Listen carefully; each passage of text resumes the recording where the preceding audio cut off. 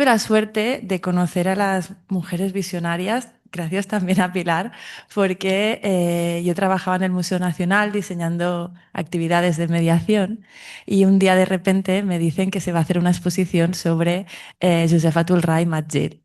Y a mí me hizo mucha ilusión porque si bien yo estaba especializada en teorías feministas y en análisis críticos de la historia del arte, no había podido conocer de primera mano y sobre todo explicadas por Pilar la experiencia de estas mujeres.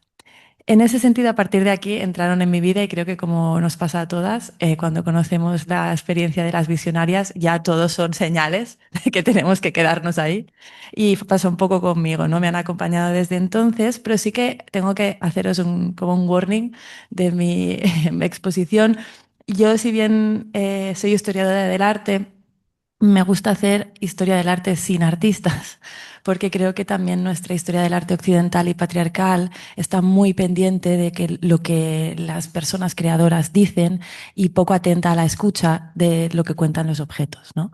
Y en ese sentido, a mí me interesaba justamente a explorar o acuerparme con la obra de las mujeres visionarias, pero también de esas artistas que se colocan, ¿no? en el límite, en lo liminal entre lo consciente y lo inconsciente, lo racional, lo irracional, ¿no? Como son la Carrington, el Remedios Varo, para justamente intentar formular, que es un deseo también, ¿no?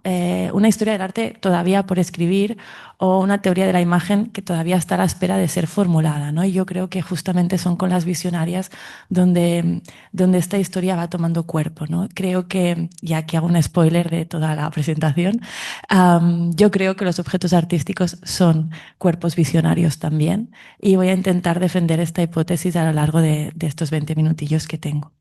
Me gustaría justamente comentar e intentar plantear con vosotras esta cuestión, ¿no? ¿Cuál es el lugar de las imágenes en nuestra relación con lo cognoscible? ¿Mm? En ese sentido, a mí siempre me ha llamado la atención que la creación de imágenes, la producción de formas plásticas y visuales, forma parte de nuestro desarrollo humano desde mucho antes que nuestras capacidades para hablar fueran articuladas, incluso hasta mucho antes de la configuración de lo que podríamos llamar una mente simbólica. ¿Sí? Y sin embargo, la historia del arte, así como el pensamiento occidental, se ha empeñado en convertir la práctica artística en algo subsumido al pensamiento simbólico, el hecho creado de una mente que es capaz de pensar más allá de lo visible y más allá de lo esperado y de lo objetivado, ¿no? En ese sentido, justamente es de nuevo en la prehistoria, en ese otro lugar, en ese cuerpo de obras que no entran dentro del relato, como tampoco entraron las obras de las visionarias durante mucho tiempo en la historia del arte, donde nos damos cuenta de que la práctica artística, en primera instancia, fue una forma de relación con el mundo, ¿no? Lo que más tarde dirá, por ejemplo, Avi Warburg, una forma de orientarse en el mundo. Y en ese sentido a mí me gusta mucho poner estos ejemplos porque hay una serie de teorías, hay una serie de pensamientos que lejos de surgir de una mente genial, como de nuevo sigue siendo el relato hegemónico, surgen primero de gestos que van desde la observación y la traducción en imágenes de lo mismo, van gestando un saber que solo después de ser observado, de ser de alguna manera atendido cuidadosamente, de ser escuchado, se convierte en producción teórica. ¿Sí? A mí me gusta mucho usar el ejemplo de Galileo, de Darwin, porque ellos formularon unas teorías que fueron revolucionarias para el pensamiento occidental, pero justamente su primer acercamiento a ellas fue casi desde una especie de mano guiada, donde sus observaciones, en el caso de Galileo de la luna y en el caso de Darwin de las formas de coral, y de dibujarlas, de intentar tocarlas con sus propios cuerpos, pudieron luego gestar una imagen que pudo ser pensada, ¿no? Eso a mí me gusta mucho y creo que cambia bastante el paradigma de lo que tenemos y lo que entendemos por práctica artística, ¿sí? Yo quiero pensar que es una forma, el pensamiento artístico, una forma autónoma y una forma mucho más compleja de pensamiento que, digamos, el pensamiento racional establecido, ¿no? En ese sentido, sí que de nuevo me gustaba plantear que han habido historiadores del arte desde el origen de la propia disciplina, que si bien siendo sus fundadores han sido disidentes en la producción textual de la misma, ¿no? Y evidentemente no podía venir a esta charla sin traer los trabajos, por ejemplo, de Avi Warburg, que fue uno de los primeros historiadores que le dio absolutamente igual quién hacía los objetos artísticos. Lo que le interesaba es qué carga emotiva, qué carga energética era capaz de un objeto de sostener y acoger. Y en ese sentido, me pareció muy interesante la teoría warburgiana cuando él plantea justamente que los objetos artísticos son la primera forma de orientarnos en el mundo, pero justamente es el primer gesto que hacemos después de tocar. ¿Sí? Él cuando se fue a Nuevo México a estudiar los rituales de las serpientes de los indios Hopi, se dio cuenta de que primero hacían un ritual pasado por el cuerpo, tocar, morder la serpiente, que ellos asociaban con la luna, la fertilidad y la posibilidad de plantar la cosecha, y que acto seguido estas serpientes, no se ve tan bien en la foto, porque en la imagen del dibujo, porque está muy en la esquina, pasaban de tocarlas a generar una suerte de producción visual que convertía a las serpientes en rayos, se ve muy, muy al fondo, y que de alguna manera para él el proceso era cuerpo, cuerpo mediúmico, cuerpo que era capaz de relacionarse con el mundo, cuerpo dibujado. ¿Sí? Y a partir de aquí las imágenes de alguna manera se convertían en el soporte de una suerte de memoria que configuraba y sostenía el desarrollo sensible, pero también racional, de lo que era lo humano, ¿no? Ya sabemos que Avi Warburg dedicó toda su vida a demostrar, ¿no?, esa fuerza de las imágenes como portadoras de memoria, como cuerpos que nos permitían conectar con umbrales temporales distintos, ¿no? Y justamente una de las grandes claves que planteó era la idea de la supervivencia, ¿no? Cómo unas formas, unos afectos y unas pasiones, por decirlo así en sentido muy amplio, eran capaces de sobrevivir condensadas y sostenidas por el medio del objeto artístico, ¿no?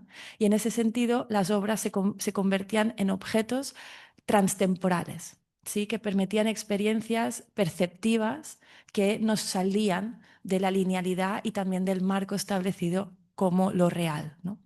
En ese sentido, a mí me gusta mucho porque creo que con Warburg, pero también con las visionarias, ya vemos que muchas de las cosas que he comentado resuenan, se gesta una genealogía de otra historia del arte posible, ¿no? En ese sentido, el segundo tema que me gustaría hablar, y voy a hablar un poco más rápido porque me doy cuenta que ya me estoy comiendo el tiempo, es que las imágenes nos conforman, ¿sí? Las imágenes son las que nos generan, nos enseñan cómo sentir, nos enseñan cómo comprender el mundo mucho, mucho antes y mucho después de lo que hagamos con las palabras, ¿no? En ese sentido, nuestro mundo está absolutamente dicotomizado, está articulado mediante este realismo capitalista que diría Fisher, y nos enseña, ¿no?, que ciertos cuerpos pueden conquistar el mundo, otros solo pueden contemplarlo, que la experiencia siempre está basada en una especie de traducción de la realidad. El objeto artístico está obligado durante siglos, estuvo obligado desde el 15 hasta más o menos ya, estuvo obligado a copiar la realidad, a que el arte reprodujera o legitimara el mundo que se estaba construyendo, que, para sorpresa de nadie, era un mundo patriarcal, capitalista, burgués, etcétera, ¿no? En ese sentido, empezaron a ver rápidamente disidencias, ¿no? Disidencias que no eran solo políticas, sino que sobre todo y antes que nada eran corpóreas, ¿sí? Los cuerpos que no encajaban, que no se sentían a gusto o afines con las categorías identitarias, pero también conceptuales que las constreñían, empezaron a comportarse, a estar poseídas por otras energías que les hacían desbordar el límite que les había tocado de alguna manera performar.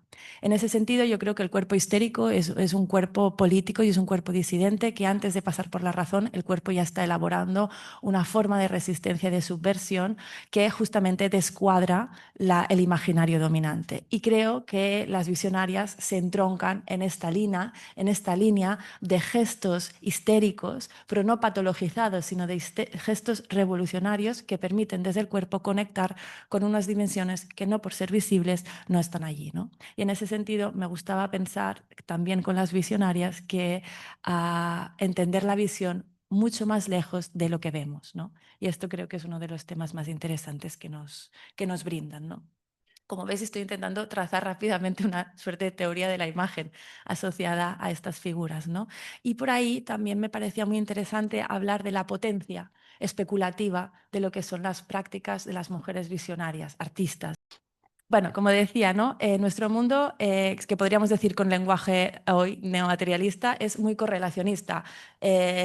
Los señoros nos han enseñado básicamente a que pensar y existir son la misma cosa y que si no piensas no se puede conocer, no se puede abordar la existencia, pero también que sin razón no es posible la existencia del mundo, ¿no? Cosa que también ahora con todas las teorías posthumanistas, con todos los transfeminismos, todo esto se ha volatilizado bastante rápido, pero sigue hegemónico en la academia, ¿no?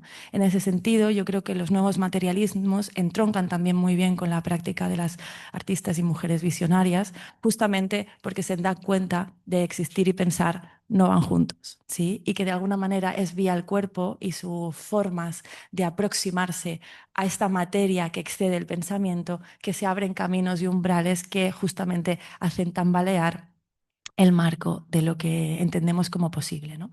Y aquí de alguna manera presentar, ¿no?, a la Josefa Tulrà y después a la Majil, y primero recordar también ese gesto, que también es un gesto antiartístico en términos de la historia oficial, por entender que la práctica artística es el más común de nuestros sentidos, es un ejercicio que es una necesidad expresiva del cuerpo de aliarse con otra materia, que es el objeto plástico, para expandir la forma de conocimiento.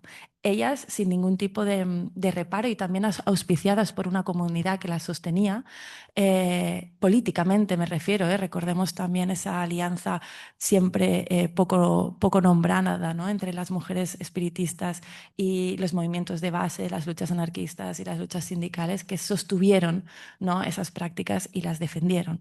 Josefa Tulrà y Majil, para mí, tienen en común, y no voy a hablar de su vida, el usar justamente los conocimientos y las competencias que el capitalismo y sobre todo el patriarcado les permitía, que son los oficios de las buenas mujeres, para justamente utilizarlos como dispositivos para dar lugar, para dar cabida a esa escucha hacia lo que no está permitido atender, ¿no?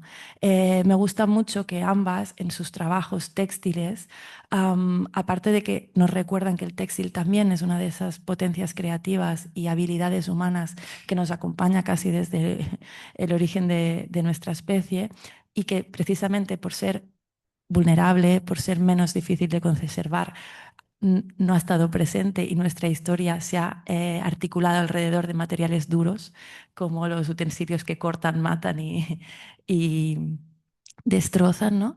En ese sentido, creo que ellas tuvieron la capacidad de entender que desde la práctica artística podían traducir dimensiones del mundo, ¿no? A mí me pareció muy interesante cómo los tejidos de Majil, pero también los de Tulrà, podían acercarse, ¿no?, a lo que son los minerales en su parte interior, ¿no?, o a los sistemas de células, ¿no? Esa idea de cómo el arte no es que esté inventando, esta idea del genio nos ha secuestrado también nuestra propia concepción y nos hace pensar que cualquier obra de arte es producto de una singularidad creadora que emula la creación divina, y no en cambio una práctica de absoluta escucha y atención a lo que está en el mundo pero que no vemos, ¿no? Yo creo que ellas performan una forma de actividad creativa que es mucho, mucho más cercana a lo que deberíamos querer practicar todas, ¿no? En ese sentido, como vemos, sus mujeres, esta especie de vírgenes reformuladas, ¿no? También nos hablan de que la práctica artística, igual que los sueños, mezclan lo posible, lo existente, lo aprendido y lo deseado. La memoria no tiene un criterio tan estable sobre cómo se afecta para construir imágenes nuevas, con lo cual me parece también muy interesante cómo estas mujeres crearon unas visiones que no eran todas nuevas, porque lo nuevo per se es simplemente una posibilidad de reorganizar distinto no solo el imaginario que arrastramos, sino también las experiencias sensoperceptivas que tenemos, con lo cual hay una producción muy interesante de unas imágenes que nos recuerdan todas a algo, a las vírgenes, ¿no?, a la cultura judio-cristiana, pero sin embargo son todas extrañas, porque acarrean, asumen y de alguna manera recogen algo más que lo conocido y dado por visto, ¿no? En ese sentido, también pienso muy interesante sostener o insistir en que el cuerpo visionario, el cuerpo que acoge el otro en uno, ¿no? Acepta también lo que la feminista y pensadora Lucy Irigaray decía muy bien: todas somos un cuerpo que no es solo uno, ¿no? Y eso se alinea muy bien con los nuevos materialismos, ¿no? Nosotras, en más dentro de la carne de nuestro cuerpo y que contornea nuestra silueta, están una serie de cuerpos múltiples, ¿no? Somos casi un organismo cooperativo, ¿no? Que asume que estamos hechos de muchas cosas. ¿Por qué no nuestras relaciones con el entorno, con lo percibido, no puede también acarrear esa acogida de muchos más seres que los que nos empeñamos en delimitar, separar y designar, ¿no? Creo que por aquí también las visionarias abren un campo de sentido y que se avanza de una manera absolutamente, valga la redundancia, visionaria, a pensamientos muy candentes y muy centrales hoy, ¿no? De entender que en el mundo estamos todas enredadas y las temporalidades y las dimensiones de existencia también forman parte de este enredo, ¿no? A mí me gusta especialmente, ¿no? Y aquí traigo el pequeño desvío a Leonora Carrington, ¿no?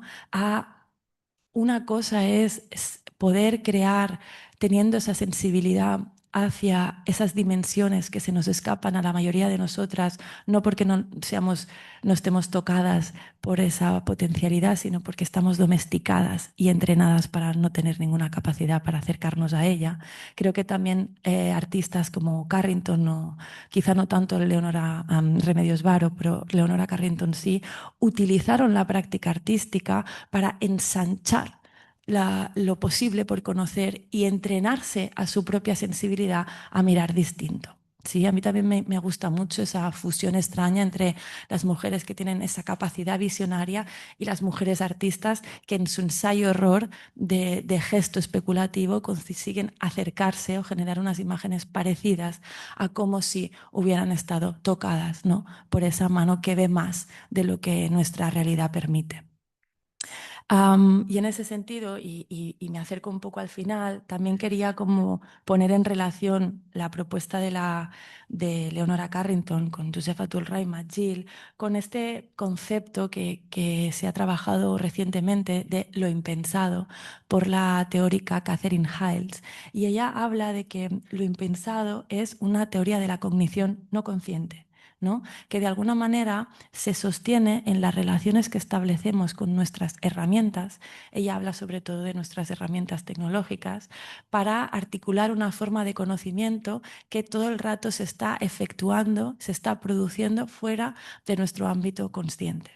Yo creo que en ese sentido, a la práctica artística nos enseña, también desde la prehistoria, que el conocimiento siempre viene después. El conocimiento racional, ¿no? Siempre es casi como una forma de resumen de toda una serie de experiencias que pasan por el cuerpo, que pasan por el cuidado, que pasan por la atención, que pasan por el enredo constante con la otredad, y que solo después de haberse materializado, de haberse tanteado en formas plásticas, ápticas también, pueden de alguna manera articularse como teoría y como pensamiento, ¿no? Creo que la propuesta de lo impensado de Catherine Hiles nos alinea también con estas mujeres al plantear que lo invisible, lo incognoscible, lo impensado no son categorías negativas a las que el pensamiento occidental patriarcal les teme, sino precisamente lo que señalan es ahí donde la razón no opera.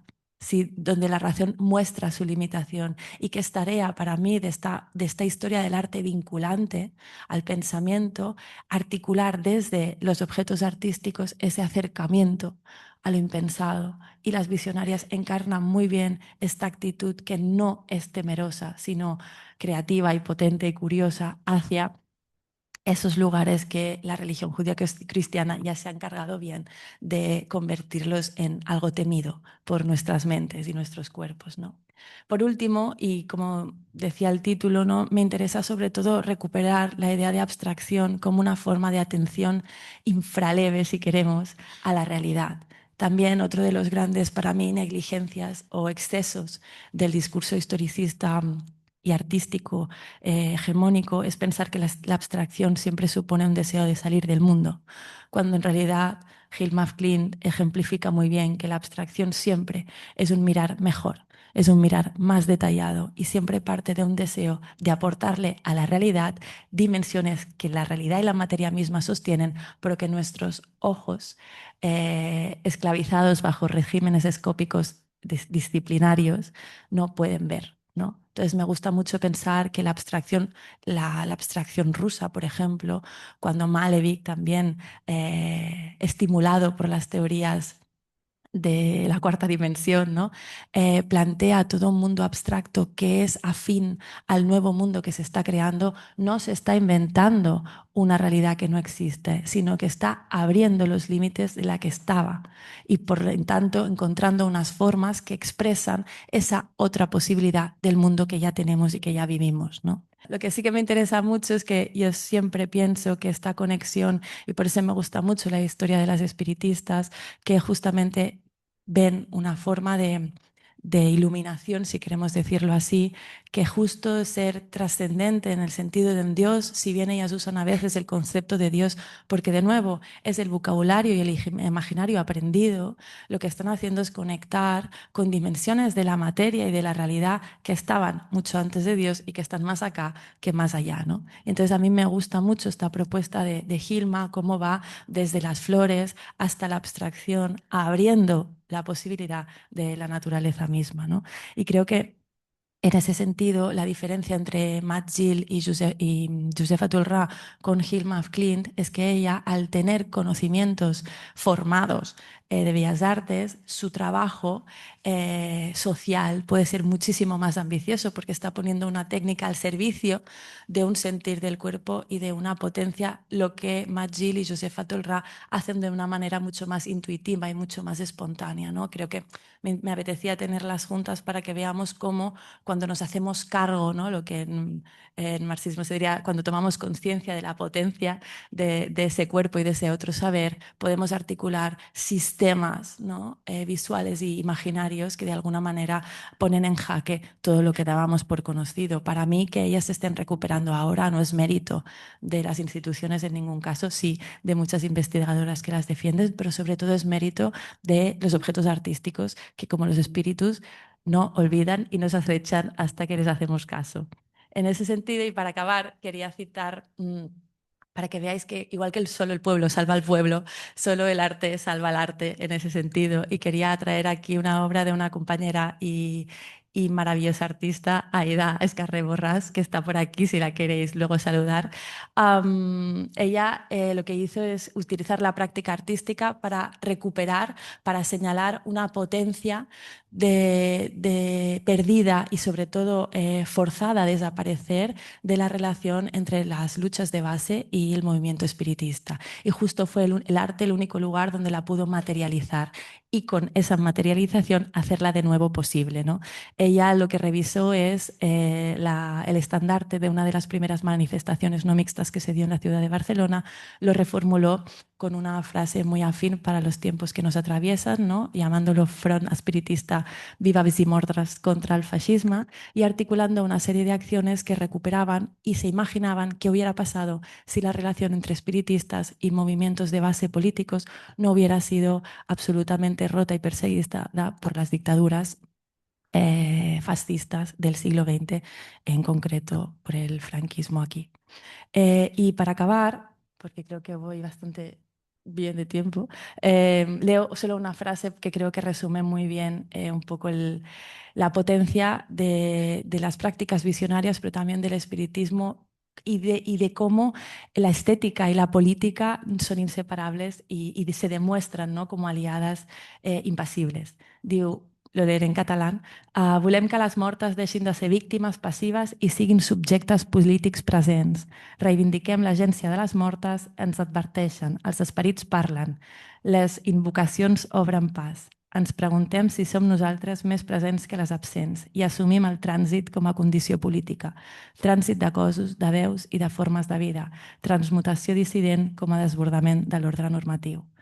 Los cuerpos, como los objetos artísticos, transitan, resisten y persisten y solo hace falta corporalidades tiernas que quieran escucharlos. Lo dejo aquí. Muchas gracias.